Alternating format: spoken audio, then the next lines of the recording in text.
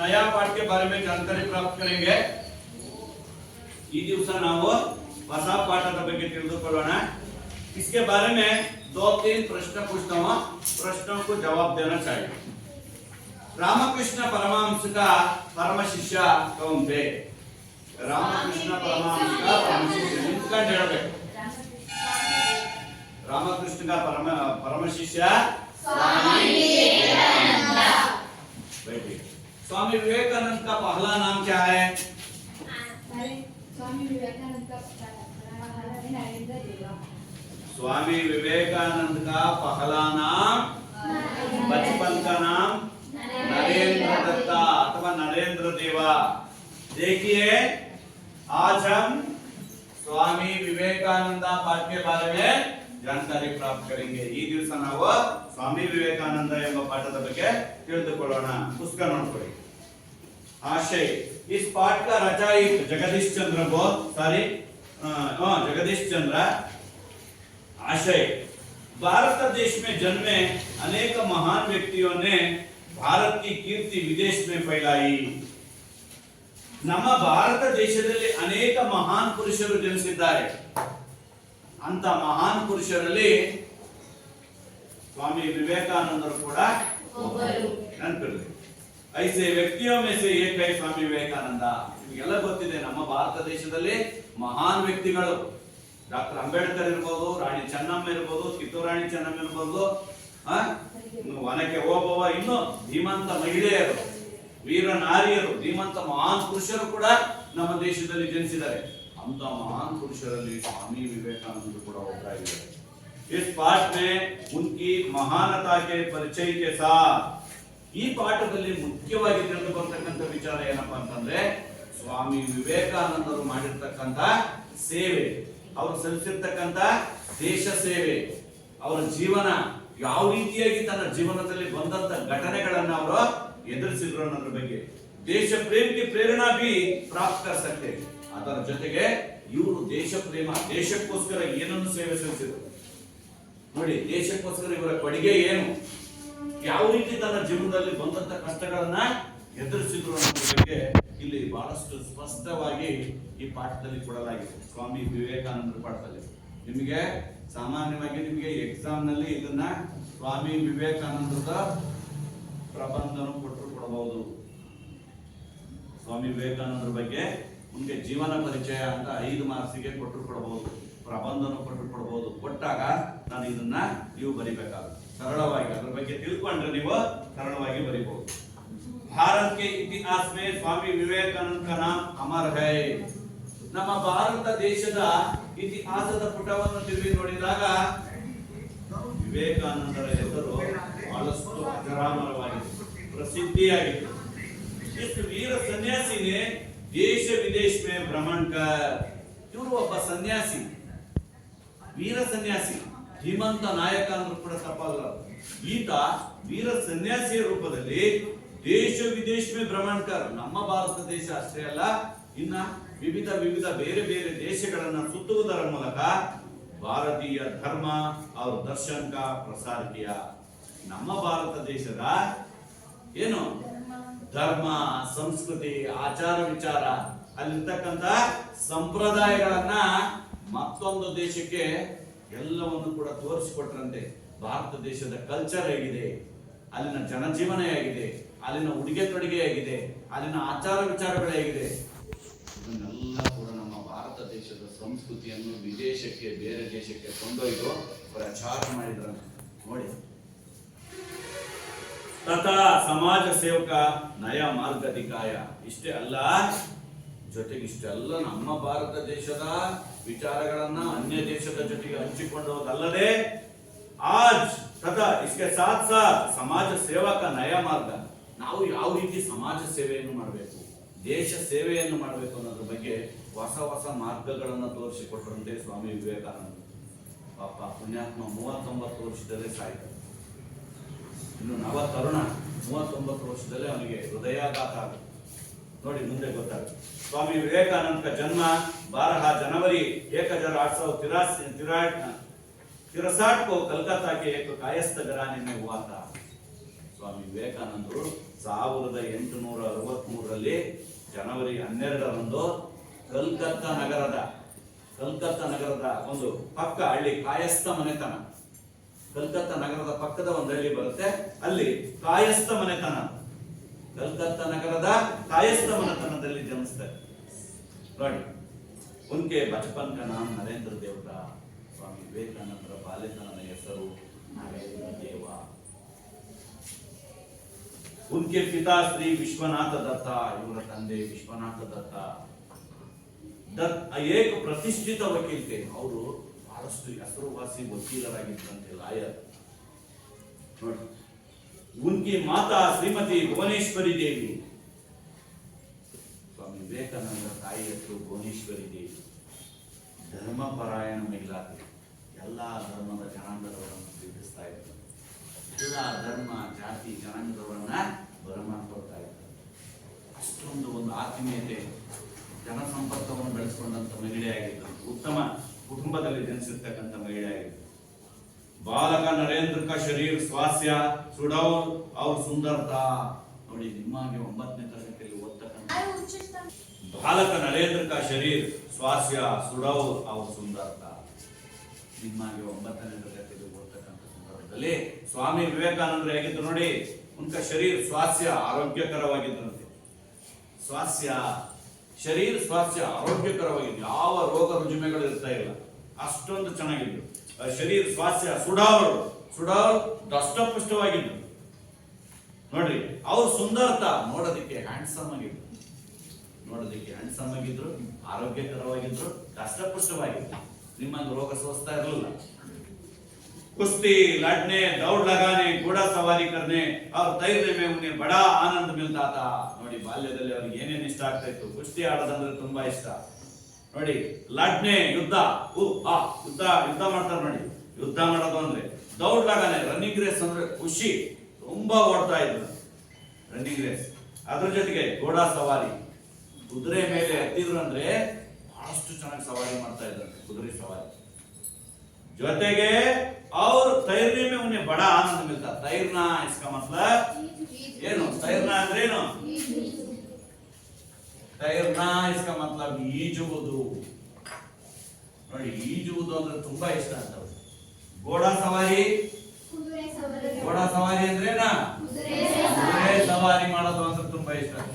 ಕುದುರೆ ಸವಾರಿ, ಹೌದಾ? ಕುದುರೆ ಸವಾರಿ, ಆಮೇಲೆ ದೌಡ್ ಲಗ್ನ, ಓಡೋದು, ಇವೆಲ್ಲವೂ ಕೂಡ ತುಂಬಾ ಇಷ್ಟ ಆಗ್ತಾ ಇತ್ತು. उसके आनंद मिलता था ನೋಡಿ. ಅದರಲ್ಲಿ ತುಂಬಾ ಆನಂದವನ್ನು ಪಡ್ಕೊಳ್ತಾ ಇದ್ರು. ಕುದುರೆ ಓಡಿಸೋ ವಿಚಾರದಲ್ಲಿ, ಈಜುವುದರಲ್ಲಿ, ರನ್ನಿಂಗ್ ರೇಸ್ ಹೋಗೋದ್ರಲ್ಲಿ, ಕುಸ್ತಿ ಆಡೋದ್ರಲ್ಲಿ, ಯುದ್ಧ ಮಾಡೋದ್ರಲ್ಲಿ ಬಹಳಷ್ಟು ಆನಂದವನ್ನು, ಸಂತೋಷವನ್ನು ಪಡಿತಾ ಇದ್ರು. वे संगीत एवं खेल कूद की प्रतियोगिताओं में भी भाग लिया करते थे. ಇದರ ಜೊತೆಗೆ ಸಂಗೀತ ನೋಡ್ರಿ, ಸಂಗೀತ ಕ್ಲಾಸ್ ಕೇಳೋದು, ಸಂಗೀತ ಅನ್ನೋದು ತುಂಬಾ ಇಷ್ಟ ಅಂತ ಸಂಗೀತ ಕ್ಲಾಸ್ ಅನ್ನು ಕೇಳ್ತಾರೆ. और इसके साथ साथ खेल कूद, ಆಟಗಳಲ್ಲಂತೂ ಎಲ್ಲಾ ಆಟಗಳಲ್ಲಿ ಭಾಗವಹಿಸ್ತಾ ಇದ್ರು. ಆಟ ಅಂದ್ರೆ ಅವರಿಗೆ ತುಂಬಾ ಇಷ್ಟ, ಕ್ರೀಡೆಗಳಲ್ಲಿ ತುಂಬಾ ಭಾಗವಹಿಸ್ತಾ ಇದ್ರು ನೋಡಿ. ಪ್ರತಿಯೋಗಿತಾ ಒಮ್ಮೆ ಭಾಗ ಲಿಯಾ, ಒಂದಲ್ಲ ಒಂದು ಆಟದಲ್ಲಿ, ಅದಿಲ್ಲ ಅಂದ್ರೆ ಇದಲ್ಲ ಅಂದ್ರೆ ಇನ್ನೊಂದು ಆಟದಲ್ಲಿ ಭಾಗ ಲಿಯಾ, ಭಾಗವಹಿಸ್ತಾ ಇದ್ರು. ಇದು ಅವರ ಬಾಲ್ಯದಲ್ಲಿ ಮಾಡ್ತಕ್ಕಂಥ ವಿಚಾರಗಳಾಯಿತು. ನರೇಂದ್ರ ಆರಂಭ ಸೇ ಹಿ ಪಢಾಯಿ ಲಿಖನೆ ಮೇ ಬಡೇ ತೇಜ್ ಥೇ ನೋಡಿ. ನಿಮಗೆ 9ನೇ ತರಗತಿಯಲ್ಲಿ ಓದ್ತಾ ಇರ್ಬೇಕಾದ್ರೆ ಸ್ವಾಮಿ ವಿವೇಕಾನಂದರು ಪಢನೆ ಲಿಖನೆ ಮೇ, ಓದುವುದರಲ್ಲೂ ಮತ್ತು ಬರೆಯುವುದರಲ್ಲೂ ತೇಜ್ ಅಂದ್ರೇನು? ತೇಜ್ ಇಸ್ಕ ಮತ್ಲಬ್ ಚುರುಕು, ಬಹಳಷ್ಟು ಚುರುಕಿದ್ರಂತೆ ಓದು ಮತ್ತು ಬರಹದಲ್ಲಿ. ನೀವದಿರಿ, ಹೌದಾ? ये अपने स्कूल में सर्वप्रथम रहा करते थे. ಶಾಲೆಯಲ್ಲಿ ಯಾವುದಾದ್ರೂ ಒಂದು ಟೆಸ್ಟ್ ಮಾಡಲಿ, ಘಟಕ ಪರೀಕ್ಷೆ ಮಾಡಲಿ, ವಾರ್ಷಿಕ ಪರೀಕ್ಷೆ ಮಾಡಲಿ, ಎಂಟ್ರೆನ್ಸ್ ಎಕ್ಸಾಮ್ ಮಾಡಲಿ, ಸರ್ವಪ್ರಥಮ ಆತೈತೆ. ಯಾವುದ್ರಲ್ಲಿ ಮಾಡಿದ್ರು ಅವರೇ ಫಸ್ಟ್, ಇಡೀ ಕ್ಲಾಸ್ಗೆ ಫಸ್ಟ್ ಬರ್ತಾ ಇದ್ರು. ಎಂಟ್ರೆನ್ಸ್ ಪರೀಕ್ಷಾ ಮೇ ಬಿ ಪ್ರಥಮ ಶ್ರೇಣಿ ಮೇ ಉತ್ತೀರ್ಣವಿ. ಒಂದ್ಸಲ ಎಂಟ್ರೆನ್ಸ್ ಪರೀಕ್ಷೆ ಮಾಡಿದ್ರಂತೆ ಶಾಲೆಯಲ್ಲಿ, 9ನೇ ಕ್ಲಾಸಿಗೆ ಅವ್ರನ್ನ ಸೇರಿಸ್ಕೋಬೇಕಾದ್ರೆ ಒಂದು ಇಂಟರ್ವ್ಯೂ ಮಾಡಿದ್ರಂತೆ. ಆ ಎಂಟ್ರೆನ್ಸ್ ಪರೀಕ್ಷೆಯಲ್ಲಿ ಪ್ರಥಮ ಶ್ರೇಣಿ में उत्तीर्ण हुए. ಎಂಟ್ರೆನ್ಸ್ ಪರೀಕ್ಷೆಯಲ್ಲಿ ಎಲ್ಲರಿಗಿಂತ ಫಸ್ಟ್ ಬಂದ್ರಂತೆ. ನೋಡ್ರಿ ಎಷ್ಟು ಜನರಲ್ ನಾಲೆಡ್ಜ್ ಇತ್ತು ಅವ್ರಿಗೆ. और बीए की परीक्षा पास करने के बाद उन्होंने कानून का अध्ययन प्रारंभ किया. एसएसएलसी मुगिसिದ್ರು, PUC मुगिसिದ್ರು, BA ಪರೀಕ್ಷೆ ಮುಗಿಸಿದ್ರು. BA 3 ವರ್ಷ. ಆ BA ಪರೀಕ್ಷೆಯನ್ನ ಮುಗಿಸಿದ ತಕ್ಷಣನೇ उन्होंने कानून का अध्ययन आरंभ किया. ಲಾ ಓದೋದಕ್ಕೆ ಹೋದ್ರಂತೆ. ಡಿಗ್ರಿ ಮುಗಿದ ಮೇಲೆ 2 ವರ್ಷನೋ 3 ವರ್ಷನೋ ಲಾ ಇರುತ್ತೆ, LLB. ಆ ಲಾ ಮಾಡೋದಕ್ಕೆ ವಿದೇಶಕ್ಕೆ ಹೋದ್ರಂತೆ. ನೋಡ್ರಿ ಹೋದಾಗ इस बीच में उनके पिता का देहांत हो गया. ಪಾಪ ದುರಾದೃಷ್ಟಕ್ಕೆ ಅವರು ಡಿಗ್ರಿ ಮುಗಿಸಿ ಹೆಚ್ಚಿನ ವಿದ್ಯಾಭ್ಯಾಸವನ್ನು ಮಾಡೋದಕ್ಕೆ ಬೇರೆ ಕಡೆ ಹೋದ್ರು. ಅದೇ ಸಂದರ್ಭದಲ್ಲಿ ಅವರ ತಂದೆಯವರು ಕಾರಣಾಂತರದಿಂದ ಏನಾಯ್ತು ಗೊತ್ತಿಲ್ಲ, ದೇಹಾಂತ हो गया, ಮರಣ ಹೊಂದಿದ್ದಾರೆ. ಯಾರು? ವಿಶ್ವನಾಥ ದತ್ತ. ಸ್ವಾಮಿ ವಿವೇಕಾನಂದರ ತಂದೆ ಹೆಸರು ಏನ್ ಹೇಳಿದೆ? ಏನ್ ಕೆಲಸ ಮಾಡ್ತಾ ಇದ್ರು ಅಂದ್ರೆ ಪ್ರಸಿದ್ಧ ವಕೀಲರಾಗಿದ್ರು. ತಂದೆ ಹಾಗೆ ಇವರು ಕೂಡ ವಕೀಲನಾಗ್ಬೇಕು, ನಾನು ಕೂಡ ಲಾ ಓದಿ ಪ್ರಸಿದ್ಧ ವಕೀಲನಾಗ್ಬೇಕು ಅಂತ ಆಸೆ ಇತ್ತು. ಡಿಗ್ರಿ ಮುಗಿಸಿದ ತಕ್ಷಣ ಇವನು ಕೂಡ ಲಾ ಮಾಡೋದಿಕ್ಕೆ ಹೋದ. ಅದೇ ಸಂದರ್ಭದಲ್ಲಿ ಅವರ ತಂದೆ ನೋಡ್ರಿ. अध्ययन काल में उनकी रुचि व्याख्यान देने और विचारों के आदान प्रदान करने में थी. पापा ಅವ್ರ ತಂದೆ ತೀರಿದ್ರು ಅಂತ ಸಂದರ್ಭದಲ್ಲಿ ಅಧ್ಯಯನ ಕಾಲ ಮೇ ಬಹಳಷ್ಟು ಚೆನ್ನಾಗಿ ಓದಬೇಕು, ನಾನು ಇನ್ನೂ ಉನ್ನತ ಸ್ಥಾನದಲ್ಲಿ ಬರಬೇಕು, ನಮ್ಮ ತಂದೆ ಆಗಿ ನಾನು ಕೂಡ ಒಬ್ಬ ಪ್ರಸಿದ್ಧ ಲಾಯರ್ ಆಗ್ಬೇಕು, ಲಾ ಓದಬೇಕು ಅಂತ ಬಹಳ ಆಸೆ ಇತ್ತಂತೆ. ಅವ್ರು ವ್ಯಾಖ್ಯಾನ ದೇನೆ ವಿಚಾರಕ್ಕೂ ಆದಾನ ಪ್ರದಾನ ಕಿಯ. ನಾನು ಇನ್ನು ಮುಂದೆ ಚೆನ್ನಾಗಿ ಓದಬೇಕು, ಪ್ರಸಿದ್ಧಿಯನ್ನು ಪಡಿಬೇಕು, ನಮ್ಮ ದೇಶದಲ್ಲಿ ಅಷ್ಟೇ ಇಲ್ಲ ವಿದೇಶದಲ್ಲೂ ಕೂಡ ನಾನು ಪ್ರಖ್ಯಾತಿಯನ್ನು ಪಡಿಬೇಕು ಅಂತ ಬಹಳ ಪ್ರಯತ್ನ ಮಾಡ್ತಾ ಇದ್ದಾನೆ. इसी कारण उन्होंने अपने कॉलेज में एक व्याख्यान समिति बनाई. ಅವರು LLB ಅಂತ ಮಾಡೋದಕ್ಕೆ ಹೋದ್ರಲ್ಲ ವಿದೇಶಕ್ಕೆ, ಆ ಒಂದು ಕಾಲೇಜ್ನಲ್ಲೇ ಅವರು ಒಂದು ಸಮಿತಿಯನ್ನು ಮಾಡ್ಕೊಂಡ್ರು. ಒಂದು ಸಮಿತಿ ಅಂದ್ರೆ ನಾವೊಂದು ಗ್ರಂಥಾಲಯ ಅವೆಲ್ಲ ಮಾಡ್ಕೊಂಡಿರ್ತೀವಲ್ಲ, ಆ ರೀತಿಯಾಗಿ ಒಂದು ಸಮಿತಿಯನ್ನು ಮಾಡ್ಕೊಂಡು ಅವ್ರ ಕೈ ಪ್ರತಿಯೋಗಿತಾओं का आयोजन भी की. ಎಲ್ಲದಕ್ಕೂ ಒಬ್ಬೊಬ್ಬರನ್ನ ಲೀಡರ್ ಅನ್ನಾಗಿ ಮಾಡ್ಕೊಂಡ್ರಂತೆ. ಕಾಲೇಜ್ನಲ್ಲಿ ಒಂದೊಂದು ಸಂಘ ಅಂತ ಮಾಡ್ಕೊಂತೀವಲ್ಲ, ಈ ರೀತಿಯಾಗಿ ಒಂದೊಂದು ಸಂಘವನ್ನು ಮಾಡ್ಕೊಂಡು ಅವ್ರಿಗೆ ಒಬ್ಬೊಬ್ಬ ಲೀಡರ್ನ ಮಾಡ್ಕೊಂಡು ಏನ್ ಮಾಡಿದ್ರಂತೆ,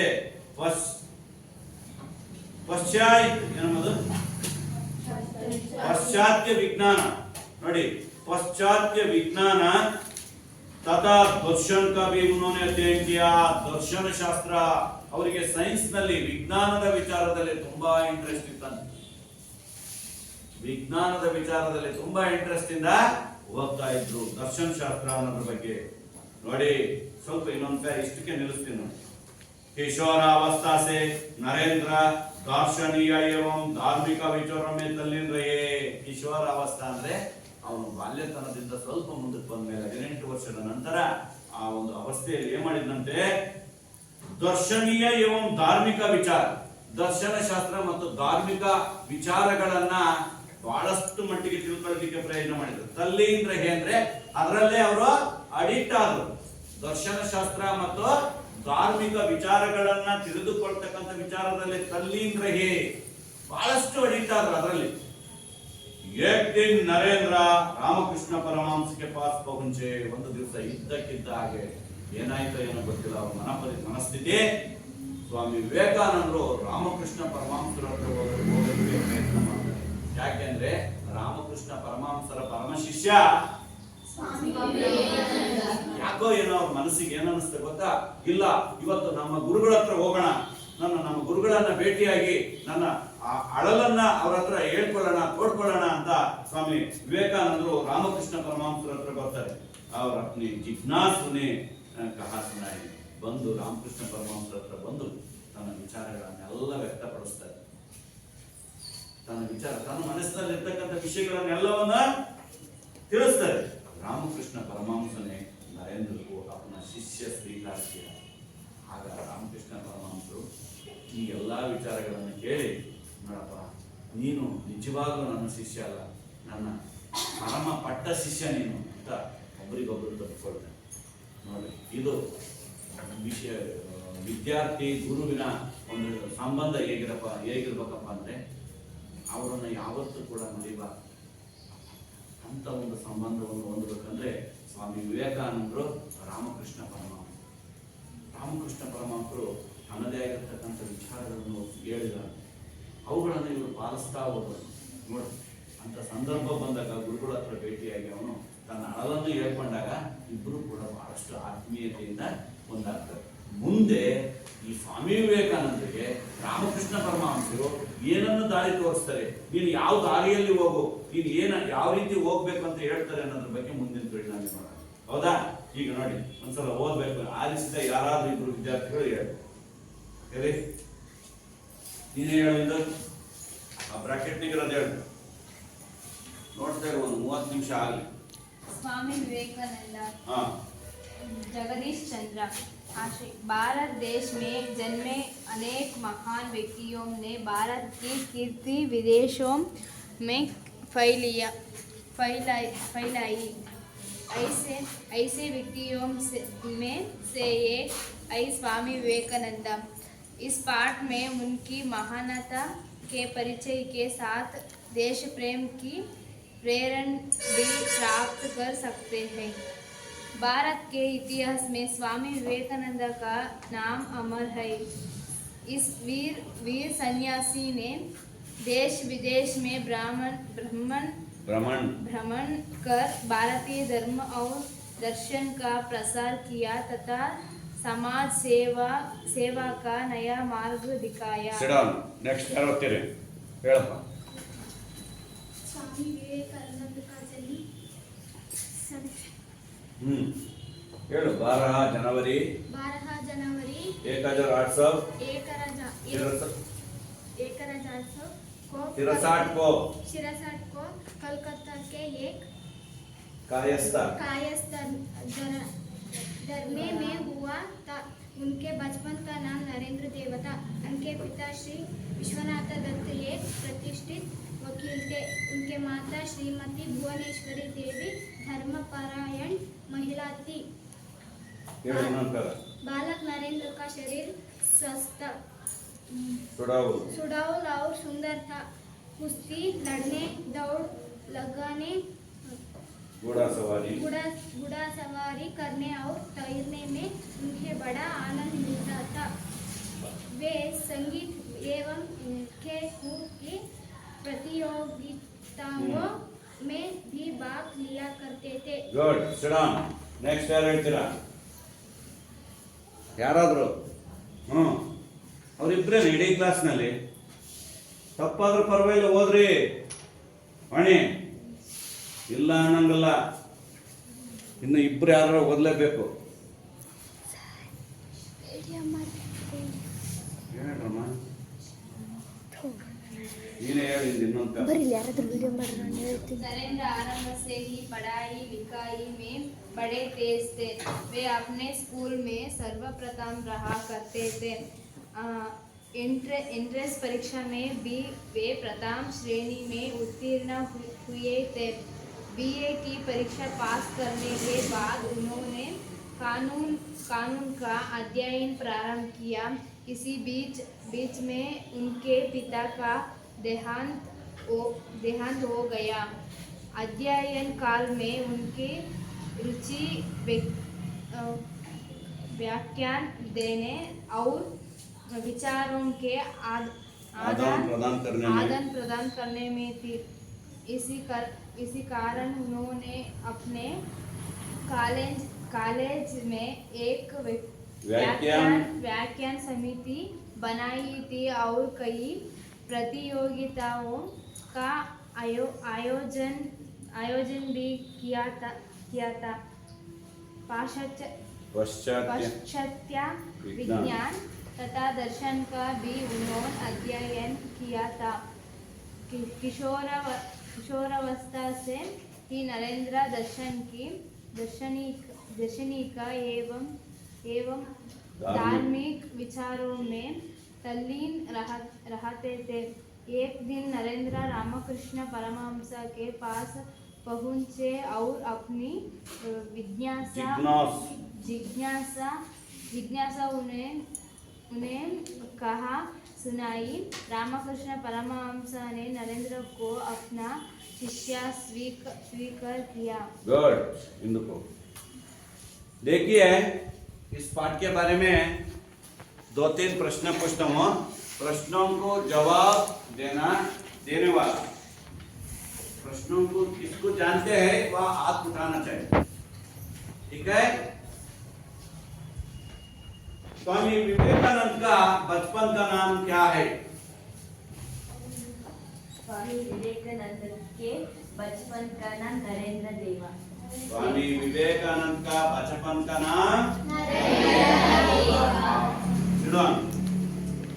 स्वामी विवेकानंद का पिताजी का नाम क्या है? स्वामी विवेकानंद का पिताजी का नाम श्री विश्वनाथ दत्ता थे। स्वामी विवेकानंद का पिताजी का नाम श्री विश्वनाथ।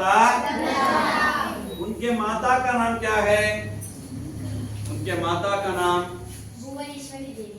विवेकानंद का माता का नाम भुवनेश्वरी देवी। स्वामी विश्वनाथ दत्ता क्या काम करते थे? विश्वनाथ दत्ता क्या काम करते थे? ಏನ್ ಕೆಲಸ ಮಾಡ್ತಾ ಇದ್ರು ಅವರು ವಿಶ್ವನಾಥ ದತ್ತ? ಹೇಳು, ಸ್ಟ್ಯಾಂಡ್ ಅಪ್. ಪ್ರಸಿದ್ಧ विश्वनाथ दत्ता प्रसिद्ध। और भुवनेश्वरी देवी कौन सा महिला थी?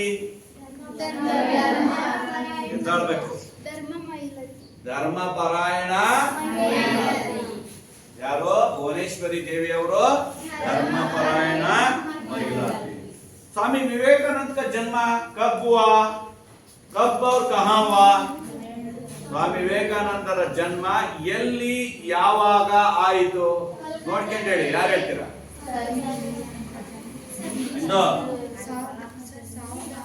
ಹೇಳಪ್ಪ. कलकत्ता के एक कायस्थाने में हुआ था। कलकत्ता नगर के कायस्थ घराने में हुआ था। और जन्म कब हुआ? ಎಷ್ಟನೇ ಇಸ್ವಿಯಲ್ಲಿ ಆಯಿತು? 1863 जनवरी 12 में हुआ था। सिडन उत्कड़ी।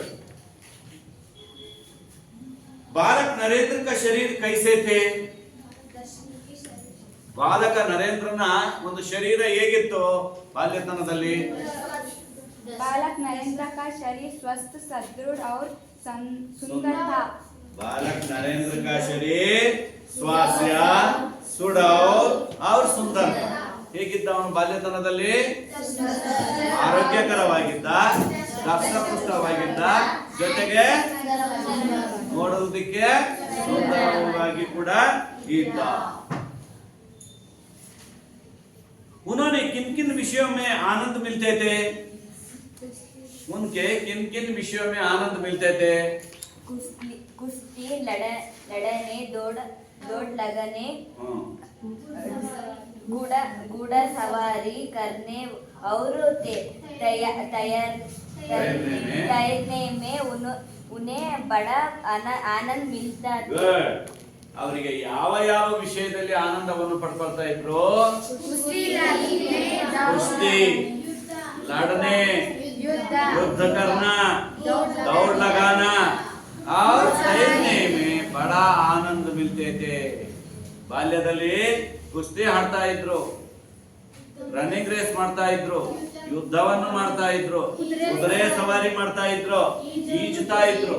ಈ ಎಲ್ಲಾ ವಿಚಾರಗಳಲ್ಲಿ ಅವರು ತುಂಬಾ ಆನಂದವನ್ನು ಅನುಭವಿಸುತ್ತಿದ್ದರು. ಯಾರು? ಸ್ವಾಮಿ विवेकानंद। नरेंद्र आरंभ से पढ़ाई लिखने में कैसे थे? नरेंद्र आरंभ में पढ़ाई और लिखने में बहुत तेज थे। तेज का मतलब क्या है? ತುಂಬಾ ಚುರುಕಾಗಿದ್ದರು ನೋಡಿ. ಬಾಲ್ಯದಲ್ಲಿ ಅವರು ತುಂಬಾ ಆಕ್ಟಿವ್ ಆಗಿದ್ರು. इसके बाद उन्होंने बीए परीक्षा पास करने के बाद क्या करने के लिए गए हैं? उन्होंने बीए परीक्षा पास करने के बाद क्या अध्ययन करने के लिए गए थे? हाँ, ಒಬ್ಬರು ನಿಂತ್ಕೊಂಡು ಹೇಳ್ಬೇಕು ಯಾರು? कानून का अध्ययन करने के लिए गए। बीए परीक्षा पास करने के बाद उन्होंने कानून अध्ययन करने के लिए गए थे। ಅವರು ಬಿಎ ಪರೀಕ್ಷೆಯನ್ನು ಪಾಸ್ ಮಾಡಿದ ನಂತರ ಕಾನೂನು ಅಧ್ಯಯನವನ್ನು ಮಾಡಲು ಮುಂದೆ ಹೋದರು। ಅರ್ಥ ಆಗ್ತೈತಲ್ಲ? ನೋಡಿ ಇಲ್ಲಿವರೆಗೆ अभी तक तुम्हें स्वामी विवेकानंद पाठ के बारे में जानकारी कर चुके हैं। ಇಲ್ಲಿವರೆಗೂ ನೀವು ಸ್ವಾಮಿ ವಿವೇಕಾನಂದ ಪಾಠದ ಬಗ್ಗೆ ನೀವು ವಿಷಯವನ್ನ ತಿಳ್ಕೊಂಡಿದ್ರ। ಹಾಗಾದ್ರೆ ನೀವು इसके बारे में एक गृह कार्य देता हूं। गृह कार्य इसका मतलब क्या है? होमवर्क। ನಾಳೆ ನಿಮಗೆ ಒಂದು ಪ್ರಶ್ನೆ ಕೊಡ್ತೀನಿ ಹೋಮ್ವರ್ಕ್ ಗೆ। ಏನು ಬರ್ಕೊಂಡು ಬರ್ತೀರಾ? विवेकानंद का जीवन परिचय कीजिए। जीवन ಪರಿಚಯ कीजिए। ನೀವು ಸ್ವಾಮಿ ವಿವೇಕಾನಂದರ ಬಗ್ಗೆ ಒಂದು ಪುಟದಷ್ಟು ಪ್ರಬಂಧವನ್ನು ನೀವು ಬರೆದುಕೊಂಡು ಬರಬೇಕು ನಾಳೆ। सभी विद्यार्थी इसके बारे में स्वामी विवेकानंद के बारे में लिखकर कल मुझे दिखाना चाहिए। मालूम हुआ क्या? अंडरस्टैंड? कल मुझे सभी विद्यार्थी मुझे दिखाना चाहिए। देखिए तेज का एक इसको वाक्य बनाइए। देखिए तेज स्वामी विवेकानंद पढ़ने और लिखने में बहुत तेज थे। देखिए विवेकानंद पढ़ने और लिखने में बहुत तेज थे। बहुत तेज थे। देखिए इसी तरह कुछ शब्दों को वाक्यों में प्रयोग करना चाहिए। ಈ ರೀತಿಯಾಗಿ ಯಾವುದಾದರೂ ಒಂದು ಕಠಿಣ ಶಬ್ದಗಳು ಬಂದಾಗ ಅವುಗಳನ್ನು ನೀವು ವಾಕ್ಯದಲ್ಲಿ ಪ್ರಯೋಗ ಮಾಡಬೇಕು। उसी तरह तैरना के लिए एक वाक्य प्रयोग कीजिए। ಯಾರು ಹೇಳ್ತೀರಾ तैरना ಅನ್ನೋದಕ್ಕೊಂದು ವಾಕ್ಯ ಮಾಡಿ। मुझे तैरने के लिए प्रयास करता हूं। ನಾನು ಕೂಡ ಈಜಲು ಪ್ರಯತ್ನ ಮಾಡುತ್ತೇನೆ। तैरना आसानी काम नहीं है। ಈಜುವುದು ಸುಲಭದ ಕೆಲಸವಲ್ಲ। तैरने के लिए कुछ दिन प्रयास करना चाहिए। ಈಜುವುದಕ್ಕೆ ಕೆಲವು ದಿನಗಳ ಕಾಲ ನಾವು ಕಷ್ಟಪಡಬೇಕಾಗುತ್ತದೆ। ಯಾವುದಾದ್ರೂ ಹೇಳ್ಬೋದು ಹೌದಾ? तैरना तेज। घोड़ा सवारी इसको एक वाक्य बनाइए। घोड़ा सवारी को एक वाक्य बनाइए। कौन बता सकते हो? यार ಹೇಳ್ತೀರಾ ಕುದುರೆ ಸವಾರಿ ಅನ್ನೋದಕ್ಕೊಂದು ವಾಕ್ಯನ?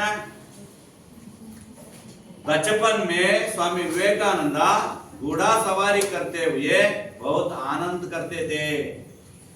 ಬಾಲ್ಯದಲ್ಲಿ ವಿವೇಕಾನಂದರು ಕುದುರೆ ಸವಾರಿಯನ್ನು ಮಾಡುವುದರ ಜೊತೆಗೆ ಆನಂದವನ್ನು ಅನುಭವಿಸುತ್ತಿದ್ದರು।